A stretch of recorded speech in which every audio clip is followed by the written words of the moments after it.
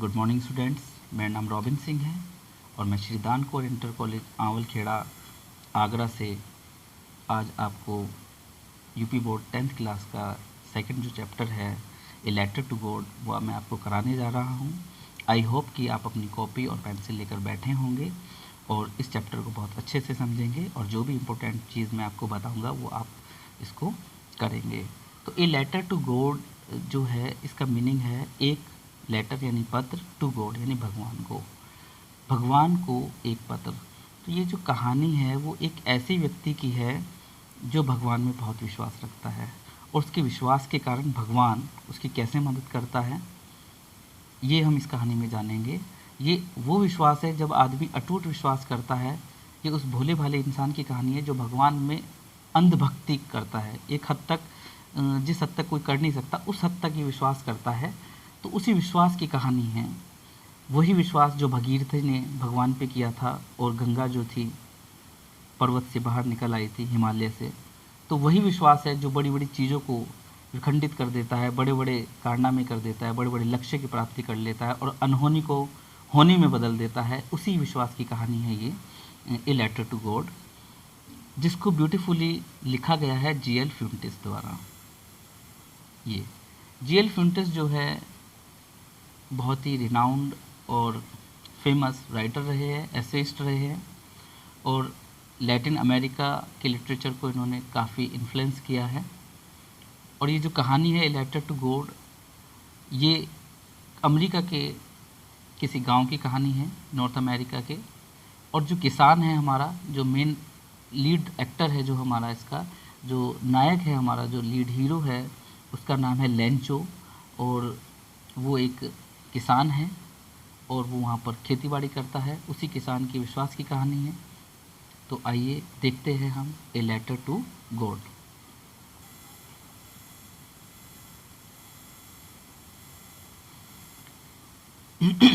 A letter to God, भगवान के नाम एक पत्र। द हाउस, एक घर। The only one in the entire valley, only one एकमात्र घर। एंटायर माने संपूर्ण यानी होल। वैली, वैली होती है घाटी। घाटी किसको कहते हैं अगर मैं आपसे पूछूं तो घाटी होती है ऐसा स्थान जो पर्वतों से घिरा होता है, ऐसा मैदानी स्थान, यानी a place which is surrounded by the mountains. एक ऐसा भूभाग, ऐसा जो पर्वतों से चारों ओर से घिरा हुआ है, वो कहलाता है हमारा वैली, घाटी। यानी पर्वतों से घिरे हुए क्षेत्र को हम घाटी कहते हैं, जो नीचे मैदानी भाग होता है। तो पूरी घाटी में, जैसे कि आप पिक्चर में भी देख रहे होंगे कि पूरी घाटी में क्या था, एक मात्र घर था। Set on the crest of a low hill, और जो हिल थी, जो पहाड़ी थी, जैसे छोटी छोटी पिक्चर में आप देख रहे हैं, तो क्रेस्ट, क्रेस्ट का मतलब ऑन द टॉप ऑफ, बिल्कुल चोटी पर, ऑफ ए लो हिल, जो सबसे छोटी पहाड़ी थी उसकी चोटी पर एक घर था। वो एकमात्र घर था वहाँ पर, यानी पहाड़ी की टॉप पर, चोटी पर एकमात्र घर था। फ्रॉम दिस हाइट, और इस ऊंचाई से, वन कुड सी, कोई भी देख सकता था, द रिवर, नदी को, and the field of ripe corn, और मकई, राइप पके हुए, कॉर्न माने होती है मक्का या मकई, डॉटेड विथ फ्लावर्स, जो फूलों से आच्छादित थी, घिरी हुई थी, that always promised a good harvest, और जो ये वायदा करती थी, जो ये विश्वास दिलाती थी हमेशा से कि एक अच्छी फसल होगी।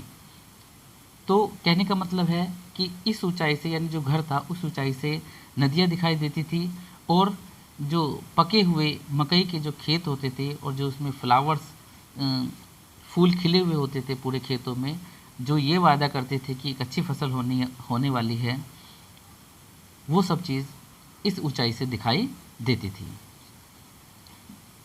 स्टूडेंट्स, आई होप ये चीज़ आपको समझ आई होगी। तो अब हम आगे नेक्स्ट आगे स्टैंडर्ड देखते हैं। The only thing the earth needed, only यानी एकमात्र चीज, द अर्थ धरती को, नीडेड, नीड माने होती है आवश्यकता, नीडेड आवश्यकता थी, वाज ए डाउनपॉर, डाउनपॉर माने होती है हैवी रेनफॉल, जो हैवी रेन होती है, जो अधिक वर्षा होती है, मूसलाधार वर्षा होती है, उसको हम बोलते हैं डाउनपॉर। और एटलीस्ट का मतलब है कम से कम ए शावर। शावर का मतलब माइल्ड रेन, जो हल्की हल्की बूंदाबांदी होती है, माइल्ड होती है, उसको हम बोलते हैं शावर। तो कहते हैं the only thing the earth needed, यानी धरती को केवल एक ही चीज़ की ज़रूरत थी, वाज ए डाउनपोर, या तो बहुत मूसलाधार वर्षा हो जाए, ताबड़तोड़ वर्षा हो जाए, और एटलीस्ट अगर कुछ नहीं हो सकता तो कम से कम ए शावर हो जाए, एक छोटी सी माइल्ड हल्का बूंदाबांदी हो जाए। Throughout the morning, Lancho, who knew his fields ultimately, had done nothing else but seen the sky towards the northeast. Throughout the morning, यानी सुबह से ही, थ्रू आउट यानी सुबह से ही लगातार। लैंचो, जो लैंचो हमारा कैरेक्टर है, जो लीड कैरेक्टर है, जिसके इर्द गिर्द कहानी घूमने वाली है, जिसकी कहानी है ये, तो जो लैंचो है, जो किसान है, who knew his fields intimately, intimately का मतलब होता है वेरी क्लोजली, करीबी से, जो अपने खेतों को बहुत अच्छी तरह से, न्यू यानी नो की सेकंड फॉर्म है, नो माने होता है जानना, न्यू माने जानता था, हिज फील्ड्स अपने खेतों को, इंटीमेटली वेरी क्लोजली बहुत बारीकी से जानता था, जिसको पता था उसके खेतों को क्या ज़रूरत है, हैड डन नथिंग एल्स, उसने और कुछ भी नहीं किया, नथिंग माने कुछ नहीं, एल्स माने और, यानी और कुछ नहीं किया उसने, had done nothing else but seen the sky towards the north east. North east यानी उत्तर पूरब से, टुवर्ड्स माने की ओर से, आसमान, स्काई माने आसमान, सीन यानी उत्तर पूरब की ओर से आसमान से आते हुए बादलों को देखने के सिवा उसने कुछ भी नहीं किया। यानी कि अब कहानी ये है कि जो मकई के खेत है, फसल जो हमेशा से अच्छी फसल होने का दावा करती थी, वायदा करती थी, लेकिन अब क्या था, उस खेतों को पानी की ज़रूरत थी, एक डाउनपोर हो जाए, एक मूसलाधार वर्षा हो जाए, अगर वो भी नहीं हो सकती है तो एटलीस्ट कुछ शावर हो जाए, थोड़ी सी बूंदाबांदी हो जाए। तो अब जो ज़रूरत थी, तो जो लेंचो था, क्योंकि उसका घर ऐसी जगह था कि जहाँ से सब कुछ दिखाई देता था, है ना, टॉप पे था, बिल्कुल crest, on the top of the hill, hill की बिल्कुल टॉप पर था। तो वहाँ से वो नॉर्थ ईस्ट की तरफ से जो बादल आ रहे थे, उसकी तरफ से वो सुबह से देखता जा रहा था कि कहीं से बादल आए, वर्षा हो। कुछ नहीं किया उसने आज बस सिर्फ वो यही देखता रहा। आइए आगे देखते हैं।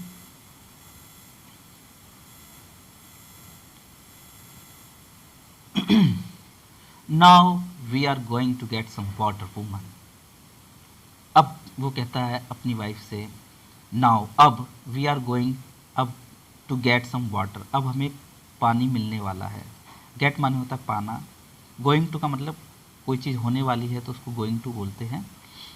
जैसे I am going to do this work, मैं ये कार्य करने वाला हूँ। I am going to have my meal, मैं अपना भोजन लेने वाला हूँ। तो गोइंग टू, अगर आप कोई काम करने वाले हैं तो इसी सेंस में गोइंग टू आता है।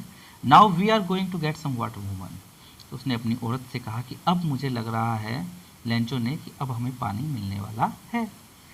The woman who was preparing for the supper, जो वूमन थी, जो उसकी औरत थी, जो सपर बना रही थी, यानी रात का खाना बना रही थी। सपर माने होता है रात का खाना, डिनर माने होता है शाम का खाना, ब्रेकफास्ट माने होता है सुबह का खाना, लंच माने होता है दिन का खाना। तो आप इसको देखेंगे तो ये लेट नाइट सपर जो होता है, लेट नाइट मील होता है। तो वो रात का खाना तैयार कर रही थी। रिप्लाइड, उसने जवाब दिया, यस गॉड विलिंग, हाँ गॉड विलिंग, भगवान ने चाहा तो। विल माने होती है इच्छा, यदि भगवान की इच्छा हुई तो, अगर ईश्वर ने चाहा तो जरूर हाँ पानी बरसेगा और पानी हमें मिलेगा। पानी मिलने से मतलब क्या, उसके खेतों में पानी मिलेगा। The older boys were working in the field, जो बड़े लड़के थे वो खेतों में काम कर रहे थे।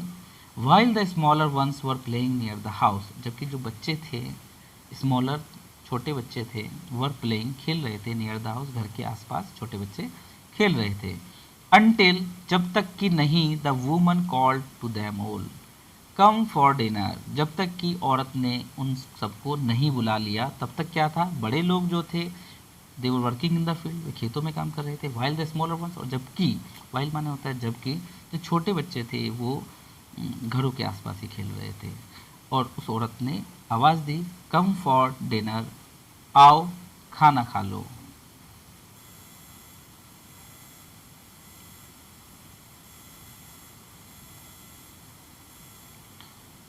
It was during the meal that just as Lencho had predicted, जैसा कि लेंचो ने प्रिडिक्टेड किया था। प्रिडिक्शन माने होती है भविष्यवाणी, फोरकास्ट करना, किसी फोरटेलिंग करना, यानी कोई, जैसे आपने सुना होगा वेदर फोरकास्ट होती है, यानी मौसम की भविष्यवाणी की जाती है, तो प्रिडिक्शन माने भी यही होता है, एक भविष्यवाणी करना। इट वॉज ड्यूरिंग माने दौरान, द मील भोजन के दौरान क्या हुआ, दैट जस्ट एज जैसा कि लेंचो हैड प्रिडिक्टेड, जैसा कि लेंचो ने प्रिडिक्ट किया था, जैसा कि लेंचो ने भविष्यवाणी की थी, big drops of rain began to fall, तो जो बड़ी बड़ी बूंदें थी वो गिरने लगी, began to fall. In the north east huge mountains of cloud could be seen, began to fall, बड़ी बड़ी बूंदें गिरने लगी। इन द नॉर्थ ईस्ट यानी उत्तर पूरब से, ह्यूज माउंटेन्स ऑफ क्लाउड्स यानी जो बड़े बड़े पहाड़ जैसे बादल थे। इसमें जो राइटर ने थोड़ी सी हाइपरबोल फिगर ऑफ स्पीच का यूज़ किया है। हाइपरबोल का मतलब होता है अतिशयोक्ति। अगर किसी चीज़ के अलंकार, फिगर स्पीच क्या होता है, जैसे अपने सुंदरता को बढ़ाने के लिए हम अलंकारों का यूज़ करते हैं, आभूषणों का यूज़ करते हैं, इसी प्रकार वाक्य की सुंदरता बढ़ाने के लिए कुछ शब्दों का यूज़ किया जाता है जिससे उसकी सुंदरता में वृद्धि हो जाती है। तो उसने यहाँ पर हाइपरबोल भी बोला है, मेटाफर भी यूज़ किया है, एक उपमा कर दी है कि पहाड़ के पहाड़ आ रहे थे, यानी कि पहाड़ों से तुलना करें बहुत ज़्यादा, ह्यूज माउंटेन्स ऑफ क्लाउड्स यानी कि बादलों के पहाड़ उमड़ पड़ रहे थे उत्तर पूरब से। Could be scene approaching, approach माने आना, यानी कि इन द नॉर्थ ईस्ट, जैसे कि उसने पहले ही कहा था, बड़ी बड़ी बूंदें गिरने लगी, और जैसे उसने कहा था कि उसको पानी मिलेगा, तो खाने का समय चल रहा था। इन द नॉर्थ ईस्ट यानी उत्तर पूरब से, ह्यूज माने विशाल, माउंटेन्स ऑफ क्लाउड्स यानी बादलों के पहाड़ कुड बी सीन अप्रोचिंग, आते हुए देखे जा सकते थे। The air was fresh, air जो हवा थी बहुत ही फ्रेश थी, बहुत ही ताज़ा थी। एंड स्वीट माने प्यारी, बहुत ही प्यारी थी, मधुर थी और बहुत ही तरोताज़ा थी। तो ये आज हम इस चैप्टर को आपने पढ़ा, और ये जो पार्ट है हमने अभी जितना किया, आई होप कि आपको सब समझ आया होगा। और नेक्स्ट वीडियो में हम देखेंगे, इसका अगला पार्ट हम करेंगे। तो डियर स्टूडेंट्स, आप इसके जो भी डिफ़िकल्ट वर्ड्स होंगे आप उसको लिखेंगे अपनी कॉपी में, और मैं आपको एक बार और बता देता हूँ कि इसमें क्या कहना चाह रहा है। इन सम अप मैं थोड़ा सा ब्रीफ में बता देता हूँ कि लेटर टू गॉड में क्या है। एक्चुअली एक फार्मर है जिसका घर है एक top of the hill, hill की बिल्कुल चोटी पर है, उसके खेत है जहाँ से दिखाई देते हैं उसके खेत, और मक्की के खेत है जो हमेशा से अच्छी फसल देने का वायदा करती हैं। फिर क्या होता है, अब उसके खेतों को क्या है, पानी की ज़रूरत है, वहाँ पे बारिश नहीं हुई है काफ़ी टाइम से, तो पानी की ज़रूरत है। तो वो मतलब देखता है कि पानी वहाँ पे बरस नहीं रहा है, और वो सोचता है कि कम से कम ज़्यादा बारिश नहीं तो कम से कम थोड़ी बारिश तो होनी चाहिए। फिर क्या होता है, एक बार शाम को उसकी जो वाइफ थी वो खाना बना रही थी, और वो सुबह से कुछ नहीं कर रहा था, तो सुबह से वो केवल बादलों की राह देख रहा था कि उत्तर पूरब से कोई बादल आएंगे और वर्षा होगी, और उसको लग रहा था कि आज बारिश होगी। तो उसने अपनी औरत से कहा जो खाना तैयार कर रही थी रात का, कि आज पानी हमें पड़ेगा ज़रूर, और आज पानी मिलेगा, ठीक है ना, खेतों में पानी ज़रूर होगा। और बच्चे जो थे घर के आसपास ही खेल रहे थे। तो ये जो हमारा जो कैरेक्टर है वो किसान है, उसका नाम है लेंचो। तो लेंचो ने ऐसा कहा। अब खाने का समय चल रहा था, और जैसे कि लेंचो ने प्रिडिक्ट किया था, जैसे कि लेंचो ने फोरकास्ट किया था, फोरटेल किया था, जैसे कि लेंचो ने भविष्यवाणी की थी, बड़ी बड़ी बूंदें एकदम से पड़ने लगी, और उत्तर पूर्व से पहाड़ के पहाड़, बादलों के पहाड़ देखिए उपमा की गई है ये।